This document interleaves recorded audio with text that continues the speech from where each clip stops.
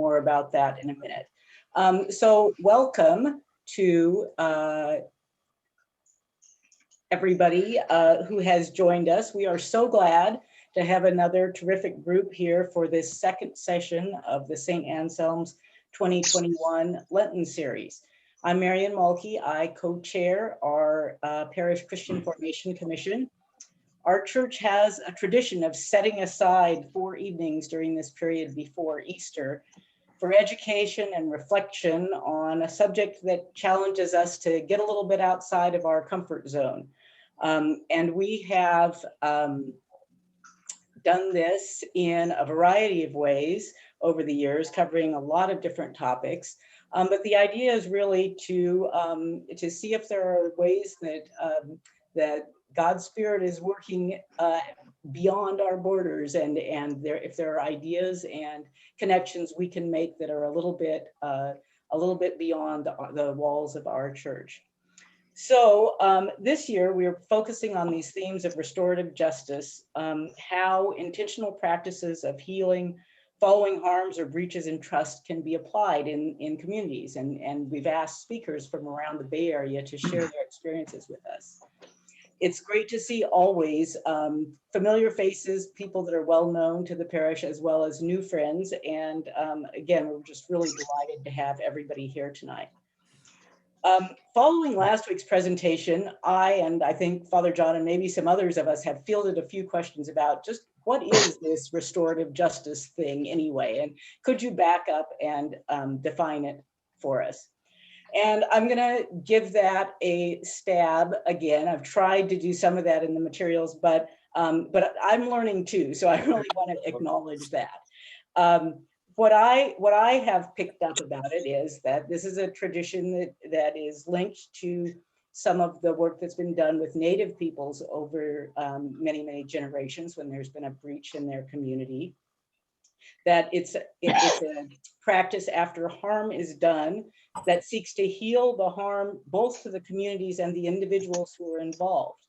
That the approach is based on truth telling from the perspective of those harmed, and yet it avoids demonizing or considering irredeemable the person who caused the harm.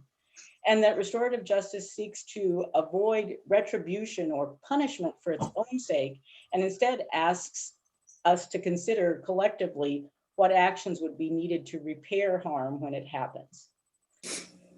Following all that, though, I just want to say that I'm not sure any single definition of restorative justice is all that helpful. And I think that's really kind of the motivation for this series of speakers. We thought that by asking people who are actually trying to apply this practice in different settings, we might gain some new insights and have our eyes open to new ways of thinking and being about in connection with those relationships and community building practices that seem sometimes to be strained these days. So that's kind of my little overview and introduction. I want to just say that we are genuinely delighted to have tonight's speaker with us. Leonard Rubio is the executive director of Insight Prison Project, and he's going to share his work and his path with us. I think you'll find that he starts with both sort of the nuts and bolts of restorative justice, and then goes on to talk about how he's seen it applied and help it to be applied in incarceration settings. So before I turn it over to Leonard, just a little bit of housekeeping. As I said, we are recording this session, so that means if you don't want to be seen or heard, you should use your Zoom controls to avoid being seen or heard. But to the extent that your bandwidth allows it and you want to do it, we welcome you to show your faces and to be fully present with us. Leonard's going to base his presentation around a PowerPoint slide deck, which also has some video included in it. We've tested it out. We think it'll work. There still might be some bandwidth issues and a couple of handoffs there that take a moment. Bear with us, be patient. We're figuring it out as we go. Given the Zoom format, I'm going to encourage you, as you have questions, to put them into the chat. You can either chat directly to me, or you can chat to the whole crowd. Use your judgment about which you use. Either way is just fine.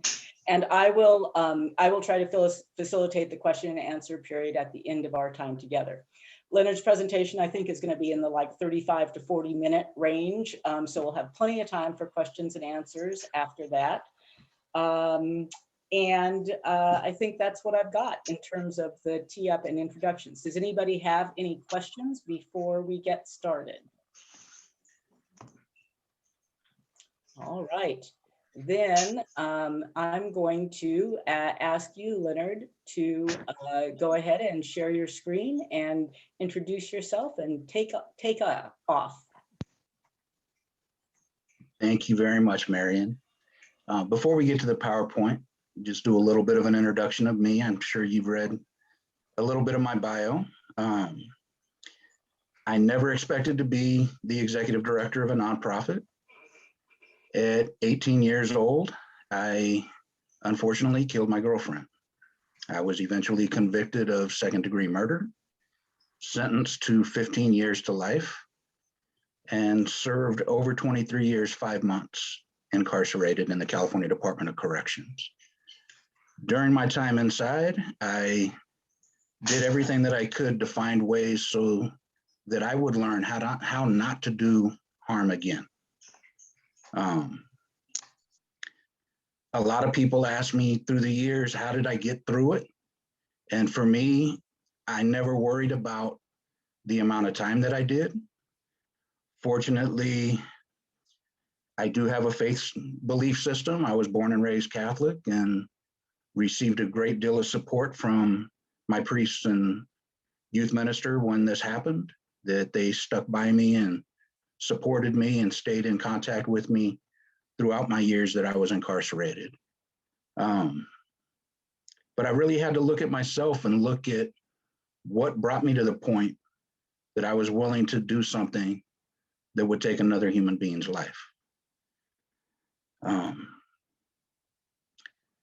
And from that, I started looking at different things. At one point, being active in the Catholic chapel at San Quentin, I would see different religious magazines and might find a paragraph here or there about restorative justice, and kept trying to find more and more information about it. But inside of San Quentin, at that time, there was very little information. And then in 2004, I was part of a program called Kairos, which is part of the Cursillo movement. And one of the men that came in for one of the weekends, so I had went through Kairos back in 1994. And in 2004, one of the outside volunteers that came to Mass, I was talking to him afterwards, and he happened to mention that he was going to school and studying restorative justice. And he and I started talking more and more. From there, I went to Father McManus, our chaplain, and asked permission to put together a one-day symposium about restorative justice that we were able to do in January of 2005. The symposium went so well that we ended up creating an interfaith restorative justice roundtable, where we had members from not only inside members, but volunteers from the Catholic, Protestant, Muslim, Jewish, Buddhist, and Native American communities all came together to find ways to address restorative practices and restorative justice, and to get the message out about what it is. And one of the things that we studied 2 books, Howard Zer's The Little Book of Restorative Justice, and then we also studied the U.S. Catholic Conference of Bishops text, Responsibility, Rehabilitation, and Restoration. And one of the things that struck me in studying the Bishops text was that it had a lot of ideals, but there wasn't really anything in there that faith communities could actually implement. And so we took it upon ourselves to create a response and implementation plan. And we were able to put that together, and we presented that to the California Catholic Conference of Bishops and an interfaith delegation that they brought in in September of 2005. Also in 2005, the Insight Prison Project, just the year before, had started a new program called the Victim Offender Education Group. And when they started that program, they didn't even tell the general population about it. They only offered it to one small group of men that were in another program called Catargio to test it out, see whether they thought it would be worthwhile to move forward. And as I was planning the first Restorative Justice Symposium, I heard about it, asked how I could get in, and was told that it was a cohort program, so I wouldn't be able to just get right into it. But I ended up inviting the outside volunteer, as well as one of the inside participants, to come and share at the symposium the work they were doing. From that, I was fortunate to become a participant in the second cohort, was asked to co-facilitate the third cohort, and I've been attached to the Victim Offender Education Group and Insight Prison Project ever since. I came home in 2010, and shortly after coming home, I was asked to start representing the Insight Prison Project at different speaking engagements. In 2011, was asked to join their board of directors, and in 2018 was asked to become the executive director. Never saw this in my future, and I recognize how important these programs are in changing people's lives. And so that is why I'm now leading this organization and trying to make sure that we're able to keep programs going inside for the men and women that we serve. So with that, I do want to get into just some basics about restorative justice, and then we'll also talk more about the Victim Offender Education Group specifically.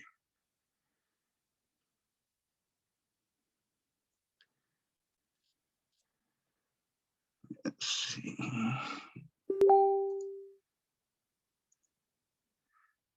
So the Insight Prison Project, we used to be our own nonprofit. Unfortunately, now we are, well, fortunately, we ran into some problems.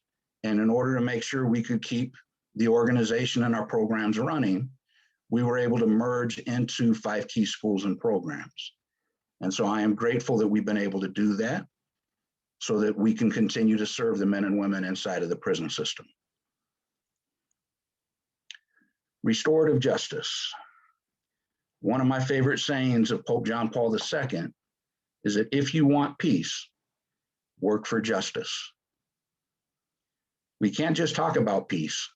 We have to do work if that's what we actually want. Before I get into restorative justice, I'll talk a little bit about the criminal justice system. Our current system is basically about rules and laws. Something happens, a citizen reports a crime, the police come out and investigate. If there's enough information, the district attorney decides to prosecute. And often the victims and survivors of the crime are used for that prosecution. And typically, if someone is found guilty or pleads guilty, which is a majority of the case, as over 95% of cases are plea bargained, typically the result is some kind of punishment in some form of incarceration, either in a county jail or in a state prison system. Here in California, people coming out of the California prison system, the California Department of Corrections and Rehabilitation, actually have a 50% recidivism rate within 3 years of parole, meaning that 5 out of 10 people within 3 years of getting out will go back to prison. One other way to think of that is that the Department of Corrections only has a 50% success rate. I know in school, if you get 50%, that's a failing grade. Sadly, we're not talking about school. We're talking about people's lives. And when we have 50% of the people coming home, committing some other kind of crime and going back to prison, the main thing that we're doing is creating more victims. And with the 2020 budget being almost $13.4 billion, that's a $13.4 billion failure. And where in any business can you operate something that fails every year in the billions of dollars, except when you're using taxpayer money? And the biggest thing about crime is actually the impact that it has. That impact causes separation, fear, lack of trust, physical harm, sometimes death, emotional harm, and incarceration. And each of those affect more than just the person that called the police or the person that was hurt or the person that was arrested. Their family members are impacted, their communities are impacted. And so when we look at restorative justice, it's looking at how do we deal with everyone as a whole? One of the things that Marion mentioned about restorative justice in her description was about how this practice dates back to indigenous cultures. And the reality is, in some of those indigenous cultures, they did not want to ostracize anyone because everyone within their society was of value to the rest of that society. If a young man did something wrong and the society chose to expel them, excommunicate them, well, not only is that young man now cut off from all of his resources, but the community loses all the resources that young man brought to the rest of the community. And so that's one of many reasons why to look at this process, because everyone is of value. One of my favorite sayings of Mohandas Gandhi is that it is an article of faith that no man has fallen so low that he cannot be redeemed by love. As someone that comes from a faith background as well, while the organization is a secular organization, I also have to acknowledge my faith. And part of what we talk about is what forgiveness means. And in restorative justice, while we don't seek forgiveness, it is something that most of us hope for. It's not an end all. It doesn't happen all the time, but it is something that we can hope for, something that we can guide if people are willing to do so. The other part of that is looking at that famous prayer that most of us know, the Our Father. Forgive us our trespasses as we forgive others. If we're not willing to forgive, how can we expect forgiveness? And at the same time, when someone commits the kind of harm that I did and the impact that has, I also have to understand that there may be some people that will choose never to forgive me. And I understand and respect that.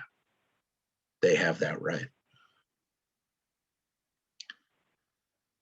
What is restorative justice? There are, as Marion shared, a lot of different definitions. But restorative justice is really looking at who has been harmed, who did that harm, and how that, not only how it impacted the community, but also how the community can restore that harm and everyone involved as much as possible. Among the first questions that come up, the primary questions of restorative justice are who has been hurt or who has been harmed? What are their needs? And whose obligation is it to meet these needs?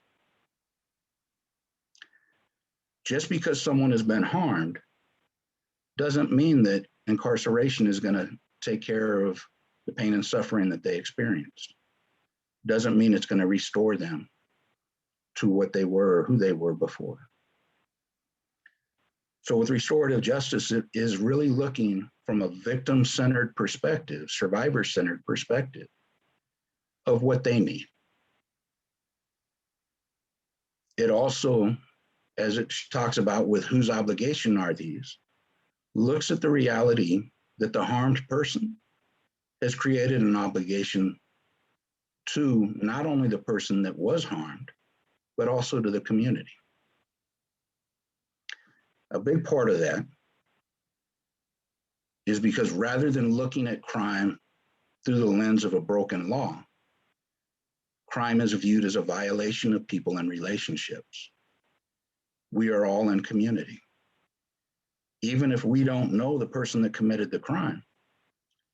In my hometown, there were a lot of families that didn't even, back in 1986, they still weren't worried about locking their doors. They weren't worried about those things. But then when they hear about a high school girl being gunned down on her high school campus, they did start locking their doors. They did start questioning whether their children were safe when they sent them off to school or not. That's the kind of harm that I caused.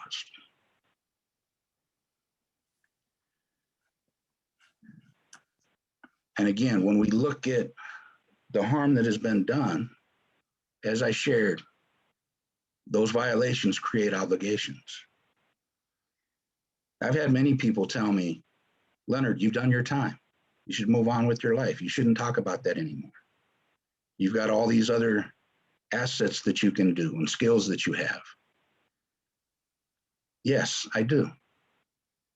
And I also look at the blessings that I've received by being able to survive what I have and learn what I have that I now use to share with other people. One, so hopefully when they come home, they don't cause more harm like I did.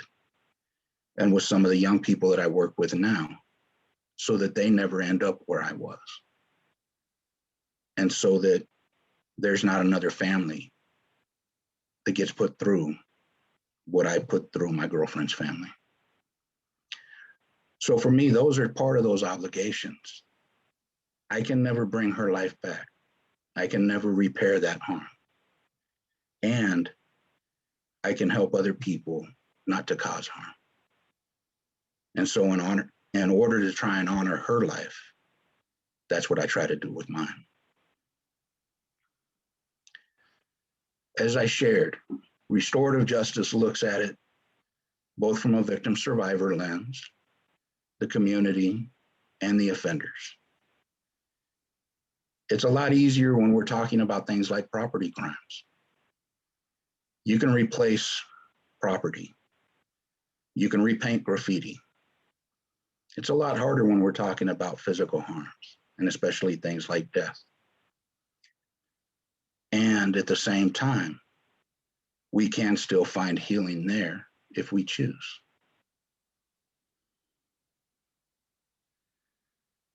The central focus, again, is on what the victims and survivors' needs are, and the responsibility for the offender to repair that harm as much as possible. One way to look at it, particularly here in California when we enacted the 3 strikes law, some of the cases that I remember hearing about, people stealing a bicycle or a pizza and then being sentenced to 25 years to life. While I understand the frustration of people looking at the fact that these are multiple offenders and they haven't learned their lesson, so how do we make them learn their lesson? What is the rest of the impact on our society? I don't have all the answers. And a lot of the people that I work with and collaborate with talk about being prison abolitionists, wanting to do away with the prison system.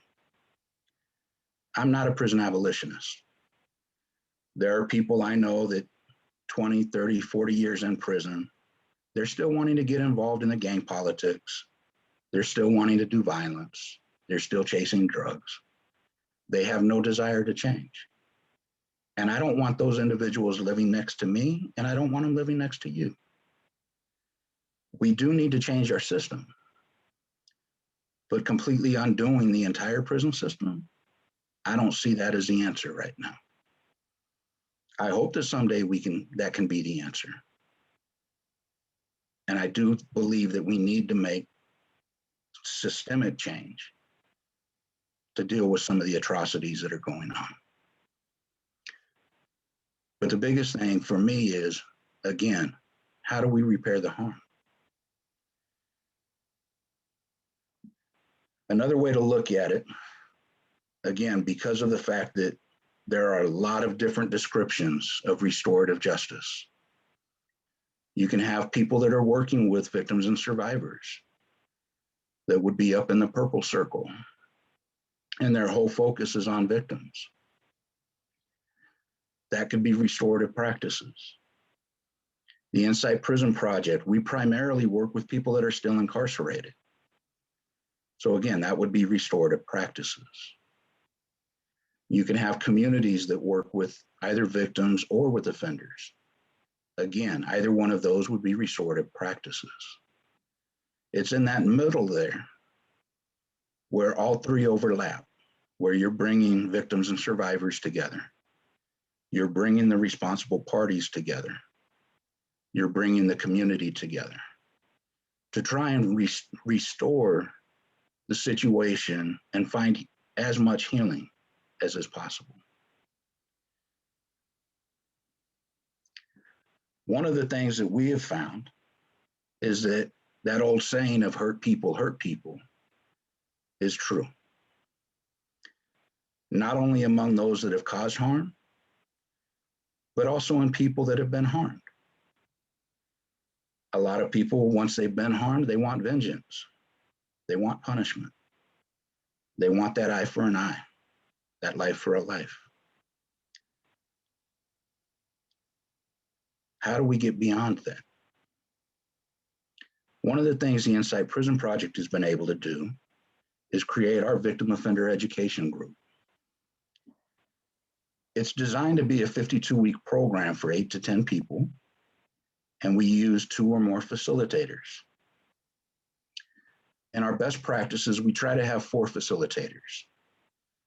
One seasoned outside facilitator that has been running Vogue for a while. One outside facilitator that's in a training position, learning how to do this work. We also prefer to use one seasoned inside facilitator, somebody that has already been through the Vogue program. And at some institutions, we have what we call Vogue Next Step. So preferably they've been through both, and they've displayed not only the knowledge and the accountability to be able to have insight into their crime, they're able to work with other people and support them through the process as well. And then we also like to have one inside facilitator that's also in a training position. So again, someone that may have just recently completed Vogue and or Vogue Next Step, and that they now want to embark on the journey. Our program, although it was designed to be a 52-week program, typically takes about 2 years because the Department of Corrections frequently requires that we take more than 10 participants. And if you have a process group with 10 people in it, and all of a sudden you put 20 people in it, well, it's obviously going to take twice as long to process everyone. And sometimes it takes longer because one of the biggest things we have to do is create a safe, what we call a safe container, where people feel comfortable enough to be able to open up about the worst moment of their life and address some of the darkest moments in their life. And then, of course, there's other things that come up, lockdowns, quarantines.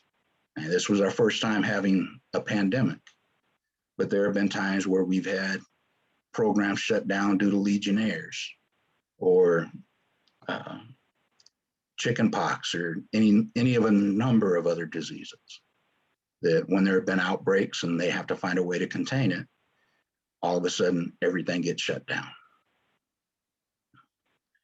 Our Vogue curriculum is divided into 3 areas. The first part is offender education and accountability, self as victim. Our program is open to anyone that wants to come in. However, in order to join, you have to be accountable for your crime.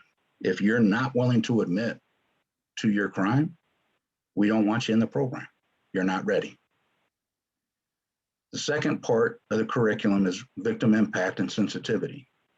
It's really about understanding what the impact of the crime was and how to build empathy for the people that were impacted by it.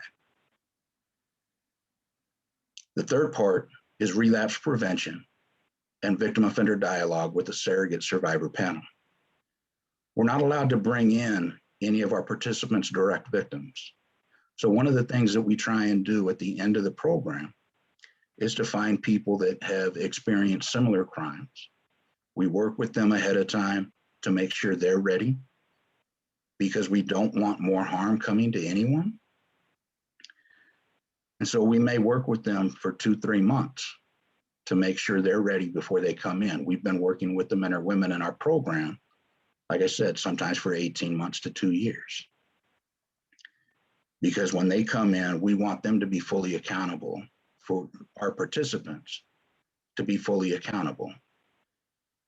And with their language and their insight, be able to show that they understand what brought them to the point they were willing to commit the harm that they did, without causing more trauma on our survivors and victims that are coming in to speak with them.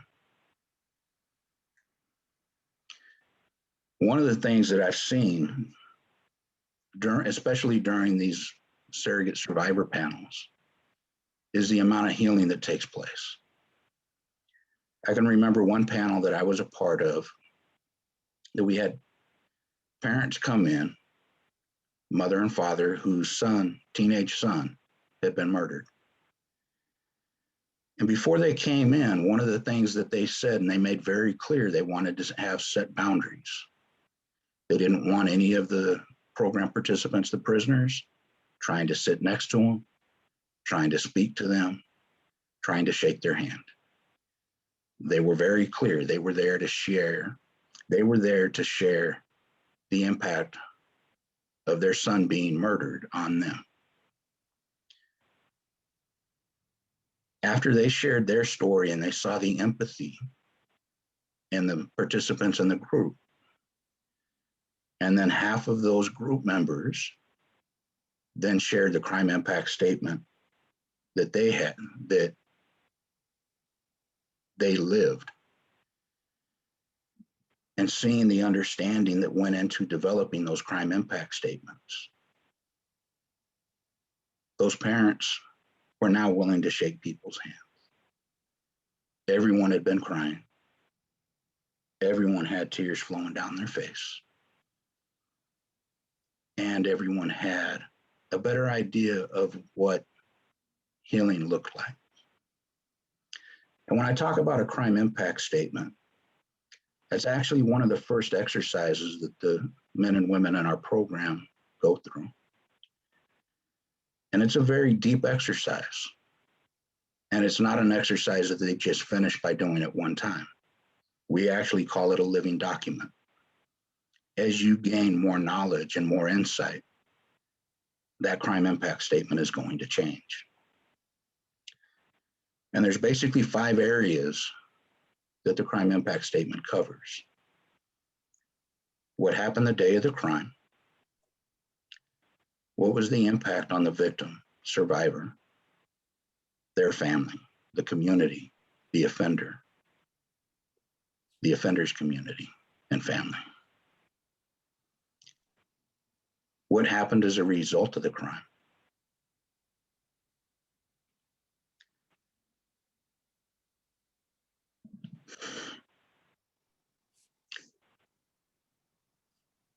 What do you think brought you to a point where you were willing to commit this crime and do this harm? And finally, what do you need to find healing for yourself? And one of the things that people often don't realize is that most of those questions are often never asked. Because of the way our criminal justice system is set up, where you have a prosecutor trying to convict people and you've got a defense attorney trying to get people acquitted or charges reduced to the lowest possible charge, the truth doesn't always come out. And especially that last question of what do you need for healing? That is very seldom ever even thought of. Hearing the stories of the men and women that we serve helps us understand that many of them, it was the traumas that they experienced. And a big part of that education that we do is learning how to deal with unprocessed traumas, understanding what the difference between guilt and shame is. You harm somebody, you have something to be feeling guilty about. And at the same time, you have to find a way to let go of that toxic shame that we often let bind us. If we want to move forward in our lives and contribute to other people, to those around us, we've got to be able to let go of that shame. Thankfully, this process, when we talk about recidivism rates, unfortunately, we don't have the statistics that I wish we did. I'm working on changing that. Some of my predecessors didn't get all the statistics the way they should have. But anecdotally, we've had thousands of people go through our program. I only know of 5 people that have returned to prison. 2 of those, actually 3 of those were parole violations. They didn't commit new crimes. They broke regulations of their parole.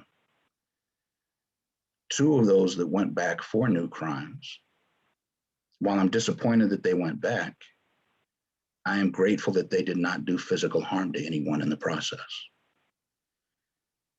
So when you compare that success rate to the Department of Corrections with their 50% return rate, you definitely have to look at how do we make changes in our system. And getting these programs to the men and women inside is one way that we're able to stop creating as many victims as we do. The method that we use, as I talked about, we try to use 4 different facilitators. And we're a small organization. We don't have a lot of money.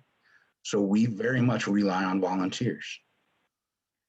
Our outside volunteers have to go through a phase 1 basic training. It's a 5-day training.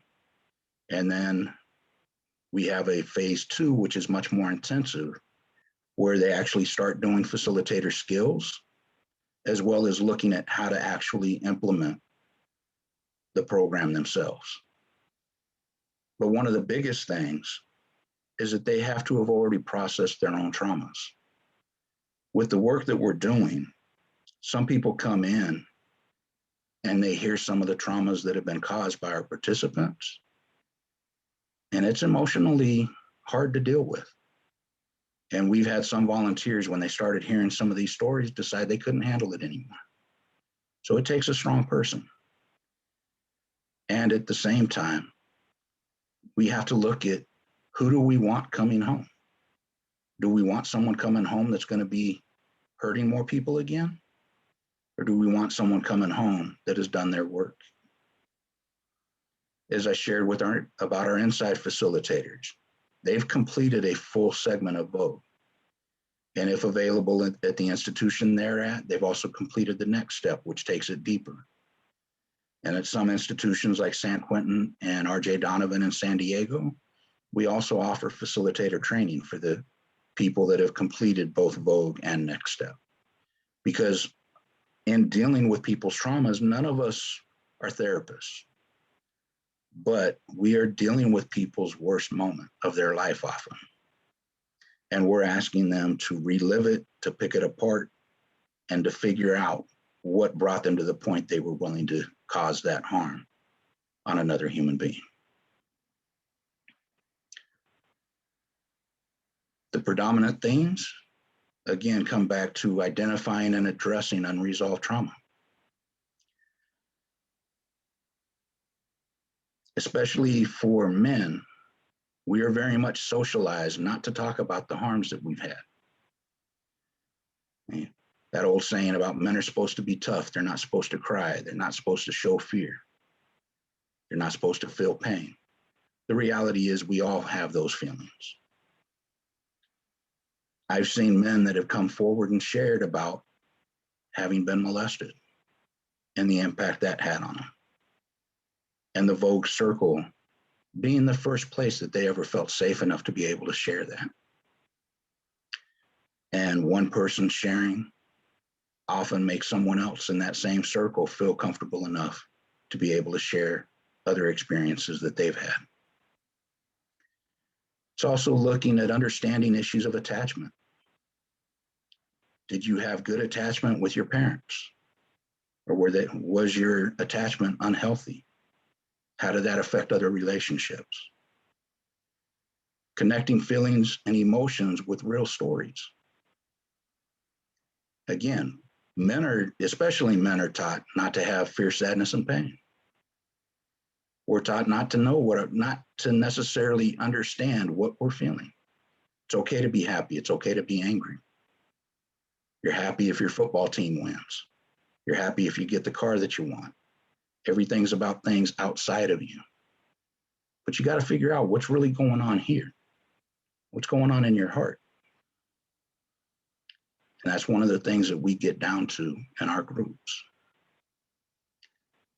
One of the precious gifts of this experience is of being witnessed in their truth and then bearing witness to others. I've been able to see institutions like San Quentin transform. Places that were once extremely violent, because of people that have been able to take groups and change their lives. People from different races who didn't speak to each other before are now speaking to one another. It's breaking down different barriers within the institution and bringing healing to everyone involved. I've even had officers talk about the changes that they've witnessed. Not only changes to individuals, but changes to entire prison yards. And the biggest part of it is understanding the impact of their individual actions on all of their victims, not just their direct victim. What are some of the benefits of all of this work that we ask them to do? Increased insight, particularly with regard to the underlying causative factors of the crime the individual committed. Improvement in critical thinking. Decrease in violent or negative behavior and acting out. Better understanding and experience of the mind-body connection.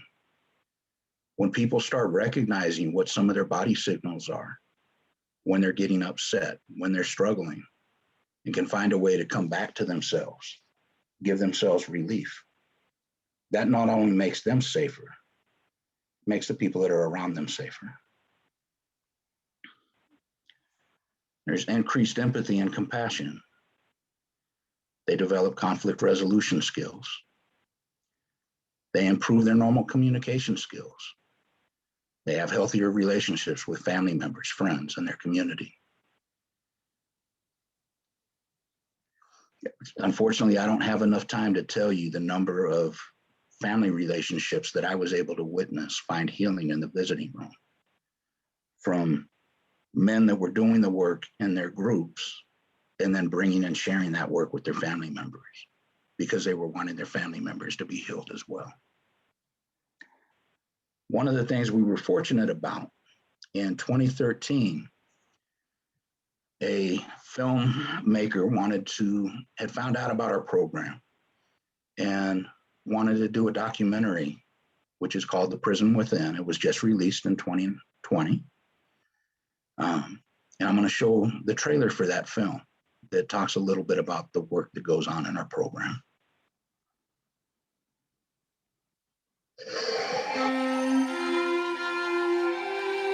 He, in cold blood, gunned down my husband and then stood over him and kept shooting. I did come to prison because I did something terrible. I killed somebody. I am only and just a murderer. I was an instrument of destruction. I am a conservative hardliner. And I got the death penalty. I got what I wanted. Nothing changed. I didn't feel better. It didn't work. Coming to San Quentin, though, is actually what put everything in perspective. It's really about being on a journey together to connect the dots of their lives that led to a crime, to walk deeply and profoundly in accountability. I'm sorry for taking your son. In the way that you allow survivors to come in and say what we need to say, I can't even begin to quantify how healing that has been for me. It's how this system should work. Do you want him to remain on death row? No, not at all. Not at all. Hurt people, and we've been hurting each other forever. It's time for change.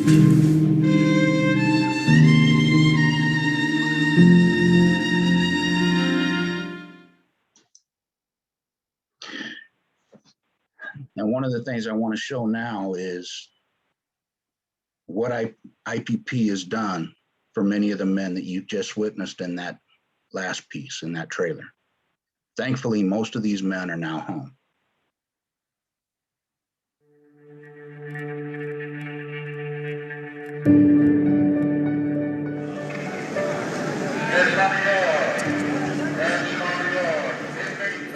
The changes that I've made in my life, I mean, to let go of some of the BS, to be able to sit with gentlemen of all colors, all races, all creed, and just talk about life being a man.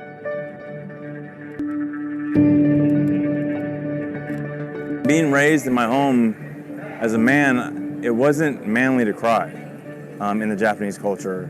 And I don't think on my father's side either. I wasn't exposed to a lot of emotions. And being a part of the programs here, I found that it's okay to express myself in the way that I feel comfortable. And in one of those ways is I cry. I cry when other people are talking about their feelings and pain and trauma, and I cry at the thought of my own.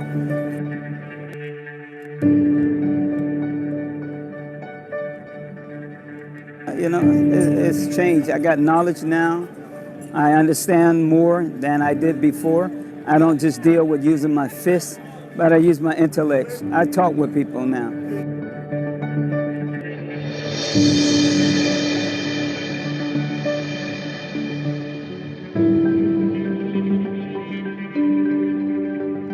Groups like this, you know, groups like this is where my healing comes from.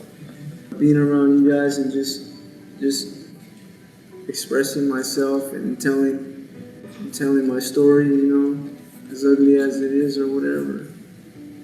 I think that's where my healing comes from. Through the program, ever since I started Vogue in 2008, like slowly and like you said, over time, like when I'm ready, like I have found my voice. The bottom line is I want to give everything I can to keep this type of thing going. It has given me so much in my life, and it's changed so much in me. The Vogue program has. So I have to give everything. I know now I have to give it back. Oh man, I've been blessed, you know. I've been blessed because everything has changed, man.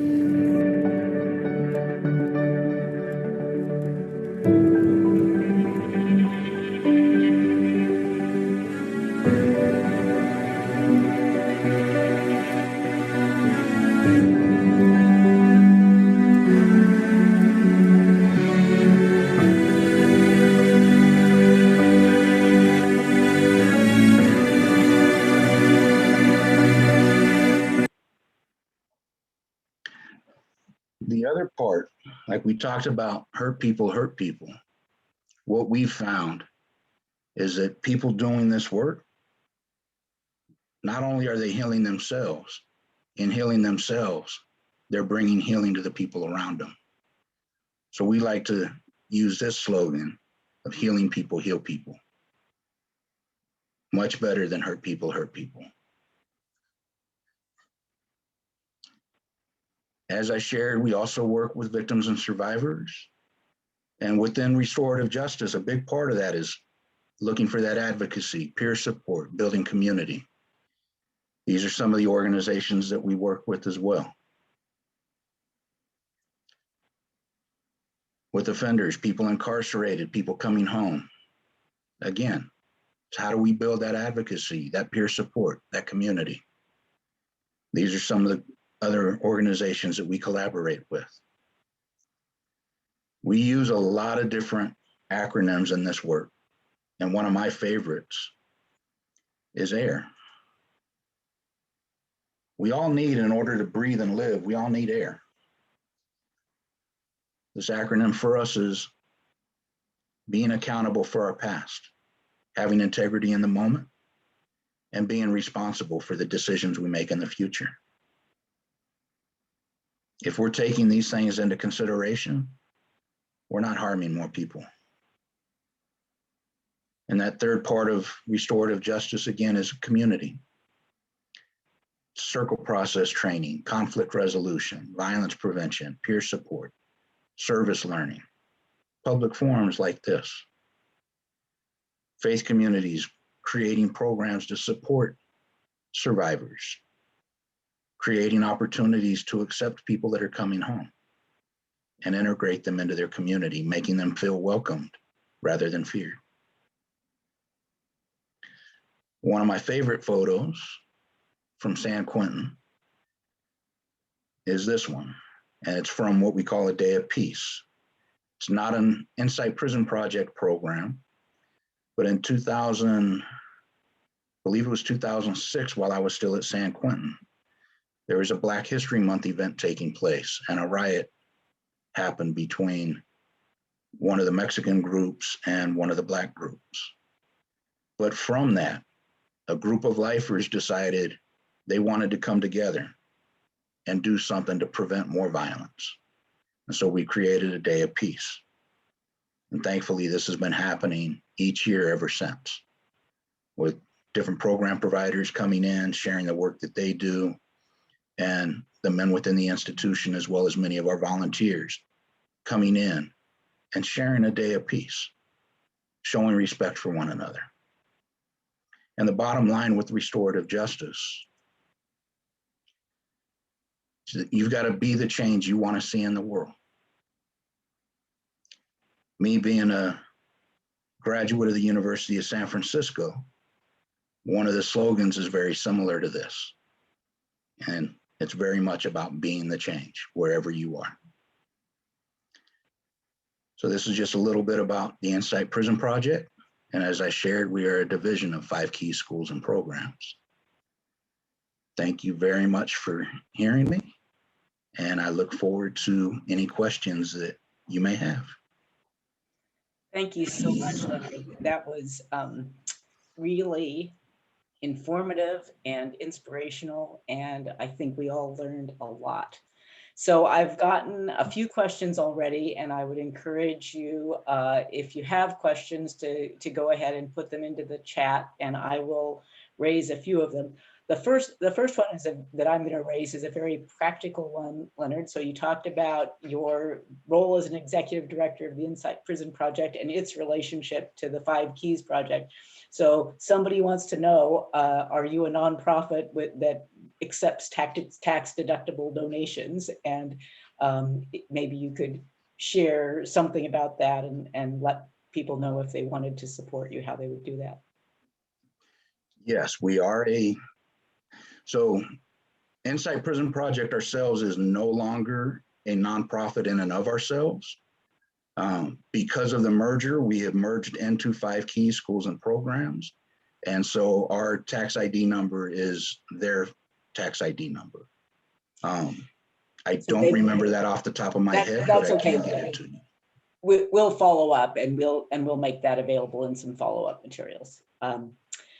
So another fantastic question here, and I imagine this could consume the remainder of our time because I'm sure you have many ideas, is how can people like us support work such as the work you do? And the specific question is about that, your organization, but more broadly, what are some ways that you've seen people, who don't have an infinite amount of time and might not have all the energy that they did 30 years ago, but would still like to help? What can we do? So there's a lot of things that can be done. And as I've shared about our outside facilitators being volunteers, I know that is too big of a commitment for many people. 2 years or more, 3 hours a week, every week, that's a big commitment. So I know everyone can't do that. Of course, people can make donations. One of the biggest things for me that takes me back to when I was creating the Interfaith Restorative Justice Roundtable at San Quentin was the response and implementation plan that we created inside. And I've shared with Pastor Sutton as well as with Marion, and we can make available to other members of your community that when we created that, it wasn't about asking any parish or community to take on the entire document. It was about finding one thing within the document, one of the many suggestions, and implementing that as a new ministry. And if people are interested, once you get one going, if people are interested in starting another one, start another one. And for me, again, it's not all about taking care of just the offenders or just the people coming home. It's how do you support the people that have been harmed? How do you support other community members? And reaching out to other nonprofit organizations that are doing work as well. We have collaborations with organizations that some of our graduates have created. And one of the things I know last week you had Our Joy there, a presenter from Our Joy. A couple of their employees are some of our graduates that have come home and are doing tremendous work in the community. Another one of our graduates created a program called Bonafide, where they're picking people up that are at the gate that are coming home from prison. They're taking them out to breakfast. They're teaching them how to use the BART system, how to use the Muni system, how to get a driver's license, a social security card, open up a bank account, doing different mentoring things as well. How to use a cell phone. Somebody that's been in prison for 30, 40 years, they don't know how to use a computer or a cell phone. So there's things like that that can be done. There's a lot of different ways to be able to get back. Thank you for that. And I want to just give a little pitch for some of the subsequent speakers that we have as well, who are going to, I think, have insights on some of these points and some of the many programs that are done. So another question. I know next week you've got Deacon John Storm. He's one of our facilitators. Yeah. So one of the other questions that came up has to do, and this is such a huge question that, again, I almost hesitate to raise it, but I think it's on all our minds, which is, with such a compelling story about how you can interrupt the cycle of harm and guilt and shame, and introduce instead healing and restoration and send out these ripples of healing and improvement. Do you see opportunities that we could support to sort of undo this paradigm of an eye for an eye, of of trying to find the right penalty in terms of the criminal justice system for every harm, and instead come to a better place of trying to heal? That's a very good question and a very tough question. A big part of it is being in communication with your district attorneys, the people that are prosecuting the different criminal cases in your community, dealing with the politicians. You've got District Attorney Gascon down in Los Angeles that was up here in San Francisco not too long ago, and is really trying to find ways. I mean, he used to be the police chief and was really looking at ways to try and bring healing to the community. Some of the changes he's implementing, some people aren't happy with them because they're a little bit too abrupt, too fast for their taste. He's trying to look at how do we bring more healing to the community, and realizing that not everybody's going to be happy with that. There are some people out there that are always going to want to seek that pound of flesh, and that's their choice to do that. And at the same time, as a people of faith, we've got to look at what does our faith call us to? What do we want as far as when it comes time for us to go in front of that throne and be judged? Do we want to be judged by the same way that we judge people that have done others harm? Or do we want the mercy that we're able to show people that have done harm to us? I know for me, I pray that I get that mercy. Yeah, thanks for that. I appreciate that the starting point, I think I hear you saying, Leonard, is pay attention to these issues. You know, part of the fallout of the huge prison industrial complex that we have is that it's pretty easy to look away. And I think you're inviting us not to look away and to know that there are a lot of people being touched in ways that are harmful and that might be made better. Definitely. Let's see, I may have lost track of questions here. Oh, this is a question I don't know that you can answer, Leonard, but do you have thoughts about resources, about other kinds of programs in other areas? You know, is there a network of people doing restorative justice work in jails, you know, countrywide or around or in other locations? There are a lot of different organizations out there. Our victim offender education group, we actually have volunteers in Washington, Oregon, Colorado, and Massachusetts that bring our work into those institutions in those states.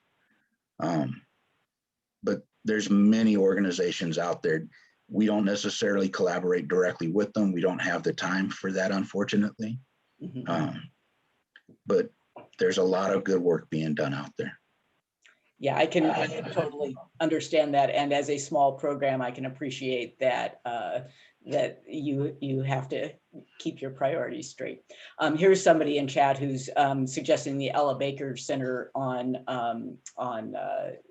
issues around legislation and petition and other kinds of outreach things. And I do think, you know, as we have just scratched the surface in trying to develop this speaker series, there are so many people doing so many amazing things that I think it is, for me anyway, it's about not letting yourself look away and instead say, you know, what might be a fit for me. Yeah, one of the things that we are also a part of, the Inside Prison Project was one of 4 founding organizations of a collaboration called we use the acronym TPW, but the name that we're now using is Transformative in Prison Work Groups. And we are now a collaboration of over 50 different community-based organizations that are going into the prisons and running programs inside. And so we're working together. One of the things that we are working on is a request for the Department of Corrections and Rehabilitation to fund 1% of the budget to community-based organizations. Right now, you've got, the last time they offered a grant, they had over 200 different submissions, but there was only $5 million being distributed. Mm-hmm. So when you've got 200 organizations submitting and only 5 million, that doesn't go very far. Yeah, that's a great idea, and I can definitely see, given the size of the budget, having something that's done on sort of a percentage basis like this and getting it into statute would make it a permanent feature. So I can imagine that some of us might be eager to support such an idea. Another question is about sort of how common these programs are, and I imagine that this links to the inadequate funding, but how common are the kinds of victim offender programs, circles that you described, and what's your sense about how much interest there would be if they were more common or better funded? So how common are they? Before the pandemic, we were running our Vogue program in 11 of the 34 prisons here in California. I was receiving emails from different administrators at institutions asking us to bring the program there. I receive letters from prisoners at various institutions all the time asking for us to bring our Vogue program to their location. The biggest problem is we don't have enough volunteers to be able to do that. Most prisons are built in the middle of nowhere. Right? There are, in the state of California, there are a little over 12,000 volunteers that go into the prison system statewide. Over 3,000 of those are just going into San Quentin because San Quentin is right here in the Bay Area, easy access for everybody. But when you're talking about prisons out in the middle of Blythe in the desert, in Chowchilla, Susanville, Pelican Bay, it's a lot more difficult to find volunteers that are able to get to those locations. Often because those communities end up becoming what we call prison towns, where the members that aren't incarcerated typically are working there. And if they're working there, it may create some kind of conflict for them to become a volunteer for an organization, especially one like ours that is really focusing on individuals' crimes, because there's a lot of organizations that they run supportive programs, but not necessarily to the depth and breadth of the work that is done in our program. Yeah, that's a really great observation too. And of course, we all know, I mean, kind of back to this point of it's easy to look away if the prisons and the populations are in remote locations. But yeah, that's worth thinking about too, in sort of in terms of the systemic incentives and barriers to doing this work. There's a question about, I guess actually I might ask Wendy, who put in this question about, can someone who is recently released from prison join your program? Wendy, do you want to unmute yourself and clarify? Do you mean join as in volunteer or something else? Thanks for asking, and I can see that was confusing. First of all, I just have to say, Leonard, I'm just blown away by your presentation. I'm riveted to what you're saying, and the grounding and the depth of what you are presenting is amazing. So thank you. Thank you. I have a friend whose son was recently released from prison and is really, really struggling here in the Bay Area. And is there a way that how would he contact your nonprofit to, I guess he could become a volunteer, but I think he's needing some help with reintegration. Any insight you could offer on that, and how would she or he contact you? So you can definitely, contact us through our Facebook page, which if someone looks up Insight Prison Project, they can find it there. Also our website, which is insightprisonproject.org. On the website, we also have a phone number if someone wants to leave a phone message. And right now, we don't have any reentry programs per se through the Insight Prison Project. But one thing that I do have access to that sounds like might be helpful for this individual and other individuals coming home. Wednesday afternoons and Wednesday evenings, I'm part of 2 different Zoom circles that come together to support people that have come home and be that support system to help people in that transition. And we have a lot of lifers that are done with parole now, that have been home for years, that join me and are part of this, so that other people that are coming home, we can share with them some of what we had to navigate and help them in their navigation of that process. And just have those people to be able to turn to and be heard. Because one of the things, a lot of people coming home, when they come home, they don't have the support system that they may have had when they were incarcerated. And like I said, we build communities inside of there, and some of the people coming home, they don't have that when they do come home. And so we're now in the process of trying to create spaces to offer that support. And I see is that someone through your mentioned, website? Um, That Wednesday group? if you contact me, and I can put my email in here, have them email me, and I will connect them with the information to be able to join our circle on Wednesday. Thank you very much. Appreciate it. Sorry, I accidentally muted you, Leonard. So sorry about that. So yeah, and Maureen puts a little testimonial in here on Leonard's behalf. But I think the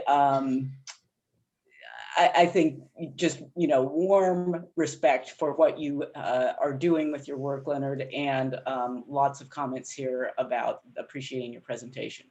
So here's a great question too, which is work to sort of early intervention work and work to discourage or to prevent the kinds of harms that get done. And we heard a little bit from Restorative Justice for Oakland Youth last week, which is a program in schools. But I wonder if you, Leonard, have any thoughts about about programs with youth or sort of, early intervention opportunities. So that again brings us to that healing people heal people. What I love being able to share is that many of our graduates have come home and are working in some of them are working in school restorative justice programs. Some are working with at-risk youth and as mentors or as facilitators facilitating processes. One of the things I'm currently doing on a weekly basis is I'm mentoring a young man that unfortunately committed the same act I did.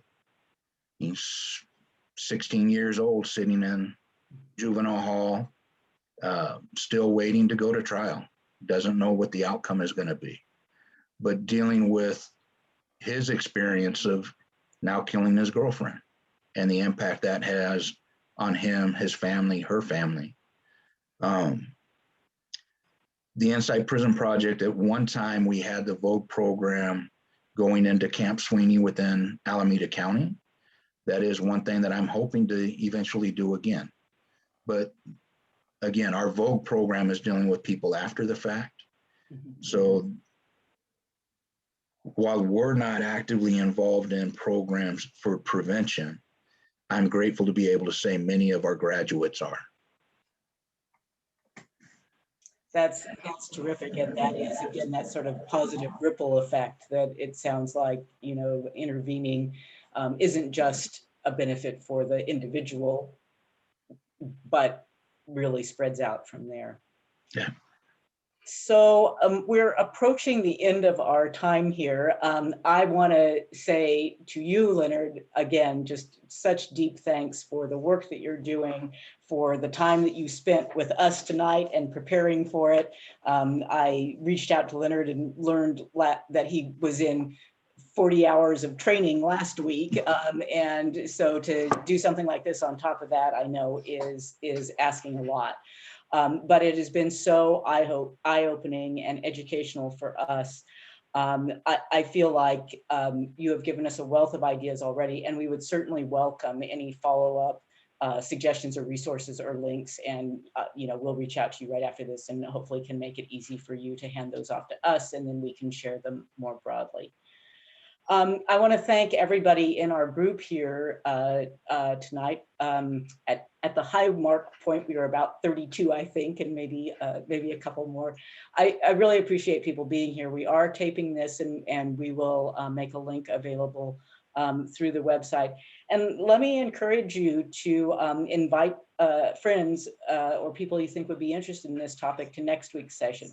Leonard already gave a little plug for our speaker next week, who's going to be Deacon John Storm, who's the Director of Restorative Justice for the Roman Catholic Diocese of Santa Rosa. And he has a really interesting biography too. He's a former parole officer and a Air Force Reserve colonel or something. I don't know. He's had quite a long and storied life. And now what he does is deliver pastoral care in this restorative justice ministry across his very large geographic area. So I think he's going to be a really interesting speaker as well. And we'll just continue our opportunities to learn and explore with people who are really walking the walk. And I appreciate that about you, Leonard, and I invite everybody in our group to continue to learn with us as we go forward. So I'm going to turn it over. Oh, Leonard, go ahead. I would like to just jump in. And then I have to hand it off to Father John, but you go ahead. I just wanted to say thank you to Marianne and Father John and Wendy and everyone else that helped put this together. I greatly appreciate the invitation and opportunity, and especially love that as a community, you're trying to do more. And if there's anything I can do to help in that process, please feel free to reach out to me. Thank you very much. Thank you so much, Leonard. All right, Father John, I'm going to turn it over to you if you would please dismiss us.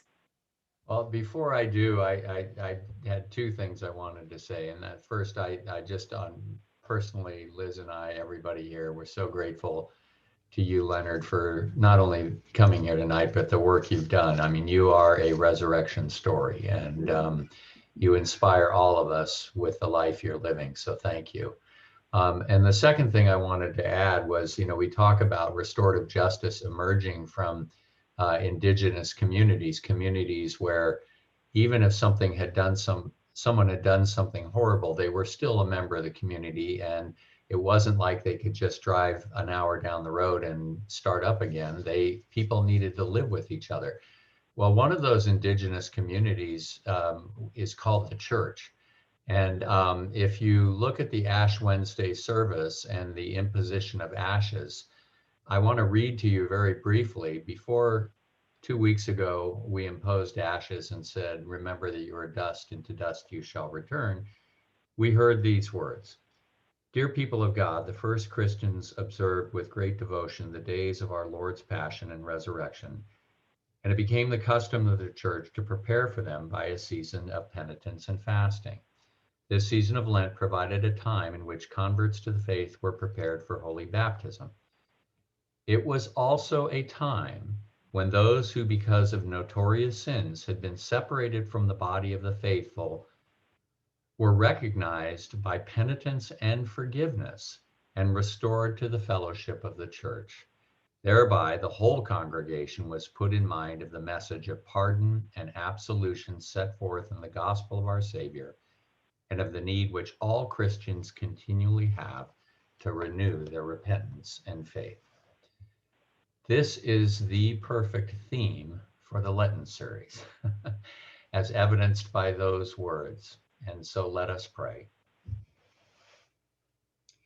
Dear God, we thank you for bringing us together in a spirit of humility, repentance, and forgiveness. We thank you for the work that Leonard is doing and all the volunteers who are working with the Insight Prison Project in the prisons of California. We ask that you will bless their work and continue to lead those in the very dark places of despair and shame out of that darkness and into the light of being beacons of your love in a world so in need of healing. All this we ask in Jesus' name. Amen. Thank you.